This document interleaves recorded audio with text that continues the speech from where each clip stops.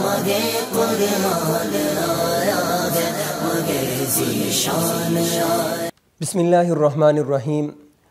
ناظرین، لیلۃ القدر کو حاصل کرنے کا کیا طریقہ ہے؟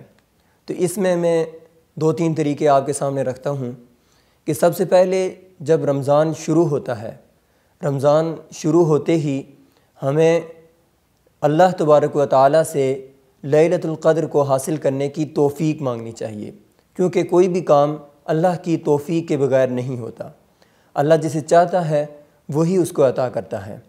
اور دوسرا طریقہ یہ ہے کہ ہم لیلۃ القدر کو حاصل کرنے کے لیے فجر کی نماز اور عشاء کی نماز باجماعت مسجد میں ادا کریں، کیونکہ اس کا فائدہ یہ ہوگا کہ اللہ تبارک و تعالیٰ اس شخص کو جو اصل چیز ہے، جو اللہ تبارک و تعالیٰ نے ہم پر فرض کیے ہیں، وہ جب ہم ادا کریں گے تو تبھی ہمیں اللہ تبارک و تعالیٰ کے دیگر انعامات ملیں گے۔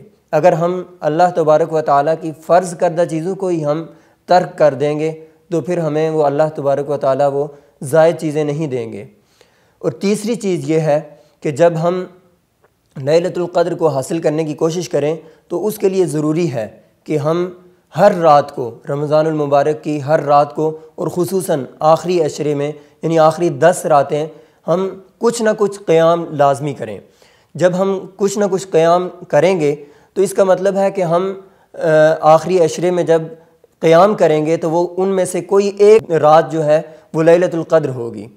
تو لیلۃ القدر کو ہم قیام کریں گے اور اس قیام کا اجر ہمیں ملے گا، اور وہ قیام ہمیں 1000 مہینوں کے راتوں کے برابر اجر اس کا ملے گا۔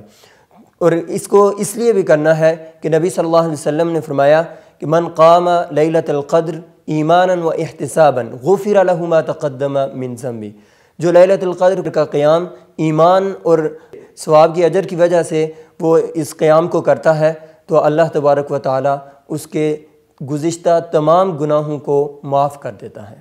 مگے قرآن آیا ہے، مگے ذیشان آیا۔